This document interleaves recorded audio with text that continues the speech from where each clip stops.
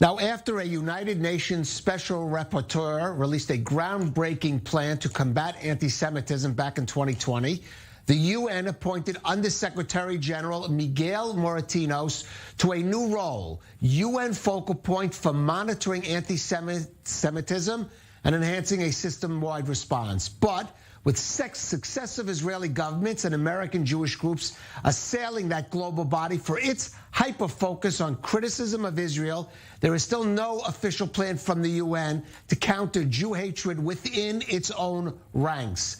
Well, for more, we're joined by our senior U.S. correspondent, Mike Wagenheim from New York. And Mike, how's the old proverb go? Physician first, heal thyself. And the question is, can the UN deal with anti-Semitism anywhere else if it's not going to be able to deal with the charges against it as a body and individuals within it, within its own ranks?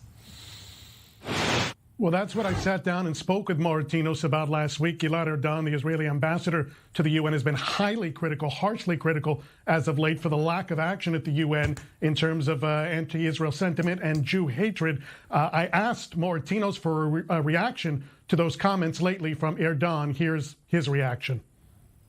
The UN exists due to, the sense of the humankind, the member state after the horror of the Holocaust to decide never again. And one of the reasons, one of the inception of UN is, unfortunately, because we want not to happen again what the Jewish people suffer.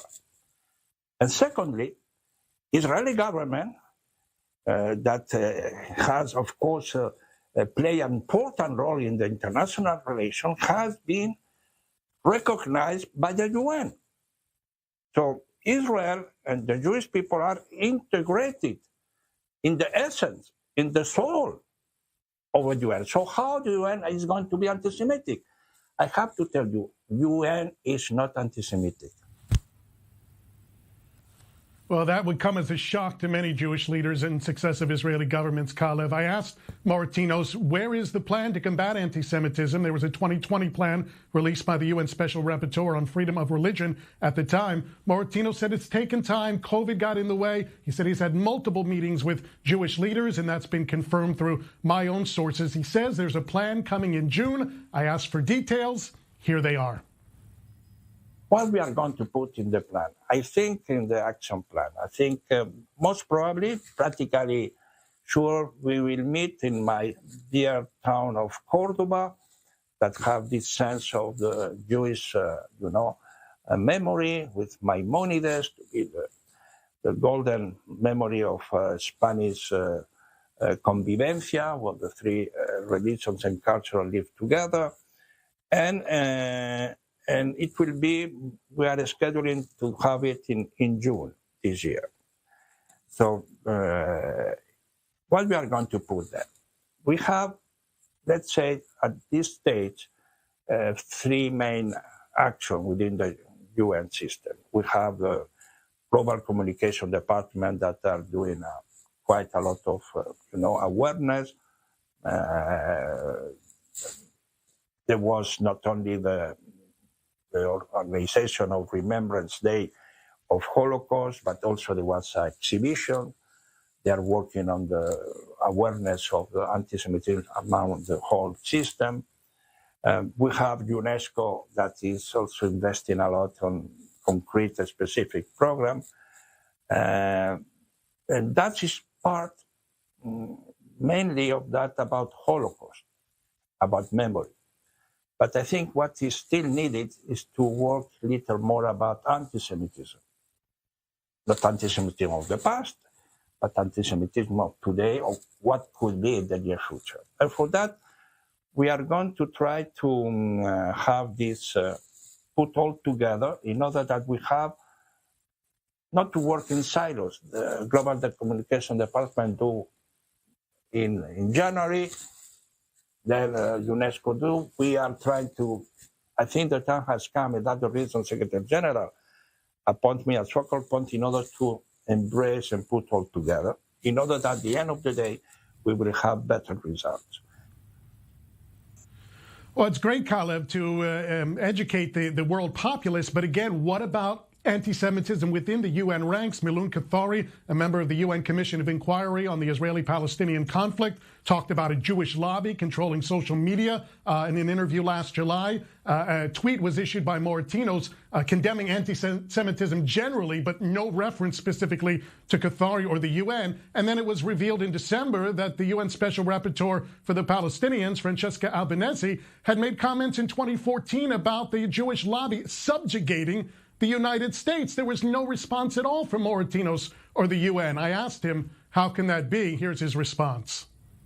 You know, the two personalities you mentioned, they are independent. They are not part of the UN institution. They have the free to say whatever, and that have to be taken into the human rights, area. When I react to this tweet that you read out, and we hope they will continue to work with this spirit. I mean, the problem is that sometimes you make confusion between what is the UN, what are member states, and what are personalities that work independently from the UN. I understand, but if you're calling out a terror attack in the eastern part of Jerusalem, can't you call out when I take my responsibility, and I denounce and I condemn. And so that's the reason I react. No, but I mean, I think this you have to really Kotari apologize. How is the name of the Francesca Albanese. Yes, I wanted to bring her up next. So it was recently revealed that in a prior interview, she had said that the Jewish lobby subjugated the United States. That was 2014 or something. Is there a statute of limitations on anti-Semitism? No, I mean, that is ego. So I think again, I'm not to comment her statement. It's not me. I mean, she's independent. She can do. She's a UN representative. No. He's not the UN representative. She's the UN Special Rapporteur. No. He's not the UN representative. He have an independent mandate, and then what you have to be is me as a special focal point to fight against antisemitism. I took this kind of. I being engaged to defend and to fight against anti-Semitism. That's what I'm doing. That's what I'm trying to do. Did you speak with her? No, I'm trying to do, and I'm working, and I demonstrate to you that we are not silent, that we are acting, and that the UN is not anti-Semitic. And that is what we are continue to do. You understand, but around the world, people that don't understand the inner workings of the UN and who falls on, they see UN Special Rapporteur in front of her name, making a comment that could have come out of their stomach, and there's no response from the UN. No, I want to really continue to say that my commitment is absolutely clear, absolutely determined. I will continue to fight. It's our goal. It's my goal. And is the way I'm going to continue to work. And I'm sure that I will get the full support of my dear friends in Israel, my dear friends from the Jewish community and the UN and the Jewish organization. And we have to, be together in this fight. And then we will produce, I'm sure, much better results. Well, as they say, Calev, you can't really begin to solve a problem until you recognize there is one. Moratinos insists the UN is not anti-Semitic. Jewish leaders obviously have disagreed with that statement for quite some time. It's a real question now as to whether that bridge can really be gapped at this point in time, even with these meetings coming up, leading to an action plan from the UN.